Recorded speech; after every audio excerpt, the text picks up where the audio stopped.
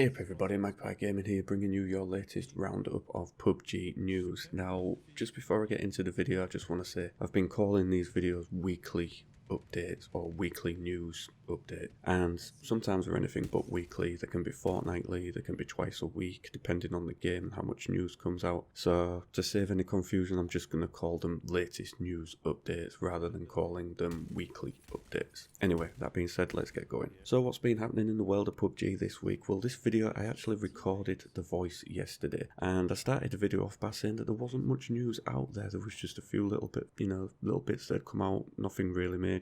And then through the night we have a couple more stories break, so I've ended up recording it again. Hopefully I'll manage to get it out today as well. But the first bit of news is that it has passed 20 million in sales, which is absolutely phenomenal for this game. Let's be honest, it's not finished, it's still quite broken, it needs a lot of optimization, but that is not stopping people buying this game and enjoying this game. And it broke 20 million in sales. It's again set a concurrent user record on Steam. I think it's hit 2.4 million people now, so definitely no signs of it stopping anytime soon. As I've said before, Brendan Green has been quoted as saying that he expected there to be a plateau after a few months after release, but it just seems to be picking up pace. Doesn't seem to be any one thing that's driving that. It just seems to be that it's in the news quite a lot, and I think that's why people keep buying into it. So yeah, but it's good for them. People keep buying, putting the money in. More investment means the game should eventually get a lot better. Next up, Brendan Green had put a story out, and this is regarding esports and the future of Battlegrounds with regards to it being an esports game. And he had a couple of streamers with him, and they spoke about the ways that the game could be tailored towards esports. Obviously they had the Gamescom Invitational, and anybody that watched that will know that things didn't really go according to plan during that. It was a big learning curve for the guys at PUBG, I think, and hosting an event like that and making it a watchable event. This game is the most watched game on Twitch by far. It beats anything else on there, and a lot of people quote it as being a game that's just as good to watch as it is to play, and I would agree with that. It is good to watch. I do enjoy watching it, and tailoring it towards esport, they're maybe going to have to change the game a little bit before it's good enough for esports. Obviously the way that the internal camera work is done needs a lot of work. This was something that let them down at the Gamescom Invitational, and also the people that are doing it need a lot more practice at what to watch and when. You know, when you get your flash points, when you're going to get your best entertainment from a match. So, I mean, some matches will work and some won't. It usually depends on the people that play in and their playing style. Some people like to camp a full match and, you know, they'll do 20 minutes of doing nothing, and then there'll be like a 20-second firefight and one person wins. So that's not really going to make for good entertainment. But the recent changes to the blue circle, now pushing people into the playing area a lot quicker, should hopefully eliminate some of that. So, but yeah, I'll link to the story down below. Go and have a read of it. It goes quite in depth on how they want to do this, so it makes for an interesting read. Next up, the Xbox version is up for pre-order. Now, I haven't looked at a lot of websites to see if it's pre-ordered everywhere, but I've noticed on cdkeys.com they now have it for pre-order. Over here in the UK it is priced at £20.79, which I think is a really good bargain. That is down from the RIP of £24.99. So that's pretty cheap, but it will go up towards launch. CD Keys, I use them a lot, and I'm not plugging them, this isn't sponsored by them or anything, but if you're looking for cheap keys, these guys are pretty good at it. Now, 90% of the time they are cheaper than most retail outlets, and one of the cheapest key sellers. They're one of the ones that I trust the most. I've bought lots of games through them and never had an issue with them. So they currently have Battlegrounds for the Xbox One up for £20.79, and this is with a launch of the 12th of December. Fingers crossed this launch date doesn't change. I think it's going to be it needs to launch on the 12th of December. It'd be beneficial for Battlegrounds to do that. Obviously it's going to capture all of that Christmas holidays market. Be a lot of people buying into this, and it'd be interesting to see what the sales numbers are on the Xbox compared to what we've had so far on the PC. Could they surpass what the PC have done? I don't know, we'll have to wait and see. Obviously it'll be slightly different game mechanics within the Xbox One version. It's going to offer you aim assist, so it'll be interesting to see how matches on the Xbox differ from those on the PC, but we'll just have to wait and see when it comes out to see what that looks like. Next up, there has been an apology issued from Pubg. Now this was last week, and this was to do with a server issue, with a anti-cheat issue that they were doing. They were basically updating the servers with some anti-cheat, and it didn't work out very well. And from what I was reading just yesterday, they're still issuing server-side updates for anti-cheat. Now, I haven't played Pubg for a couple of weeks now.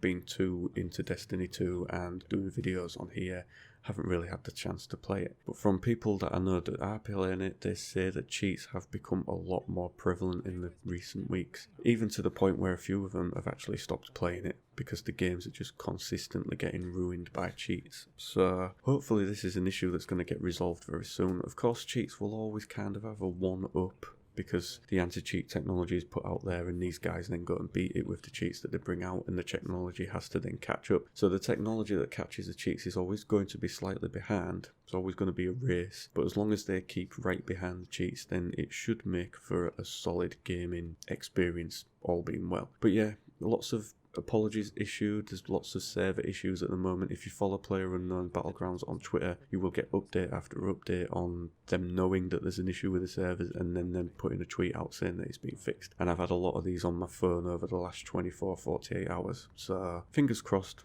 it all gets sorted very soon. The next bit of news I've got for you, and I actually read this while I was at work, and I'm my own worst enemy because I read these stories on my phone and then I forget to save or even remember where I'd read this story. But apparently there's a large software house in China, I think it's called Tencent, and it was in for buying Bluehole before Pubg was released. Now apparently they are still looking to buy Bluehole, and of course Pubg would go along with that. And from what I'm reading on business websites and things like that, this Tencent, I've never heard of them.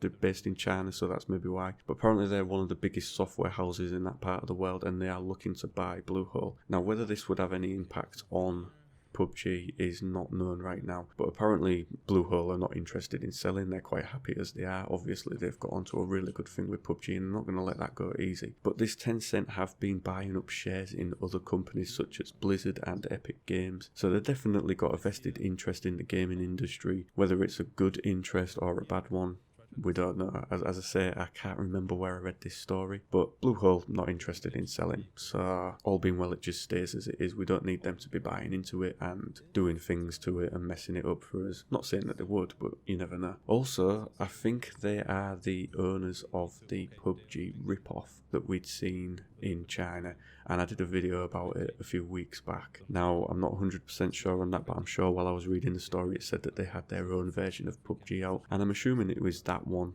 as that was all done with Chinese lettering on it and everything. So, but yeah, as I say, unfortunately I can't remember where I read the story, so I'll try and come back to you on that one if I can remember where I'd seen it. And last but not least, we have an update for the desert map. And 4 images for the map have come out, and it says they've been working very, very hard on the map. Obviously, this will be included with the PC 1.0 release, which is due out sometime in December, probably after the Xbox version, I would have thought. And I've got to say, it is looking amazing. The urban combat that you're going to have in this map is going to be unreal. There are a lot of buildings on it, a lot of cars. Looking at some of the images, I can see that maybe not every floor of every building is going to be accessible.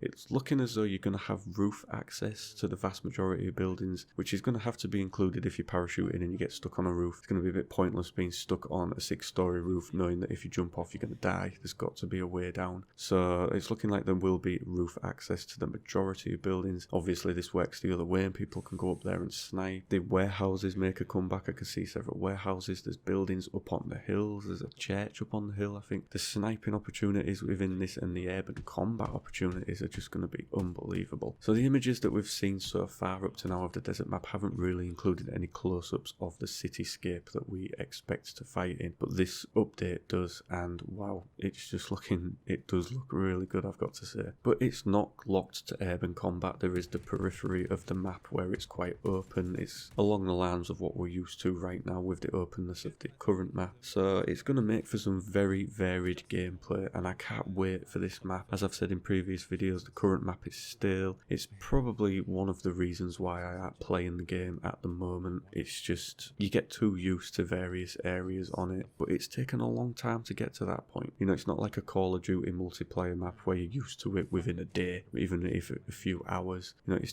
taken months for me to get used to every facet of the island that we currently have. So I'm looking forward to this desert map. I think for those people that are currently not playing, it will bring a large portion of those players back. And yeah, just can't wait to play on it. I just want them to get it out now. And that is pretty much all the PUBG news I have for you this week, guys and girls. As I say, I did this video once and then more news came out, so I had to do it again. So, but we get there in the end. So as always, thank you very much for watching and listening. Don't forget to like, share and subscribe, and I will catch you in the next one. Take care.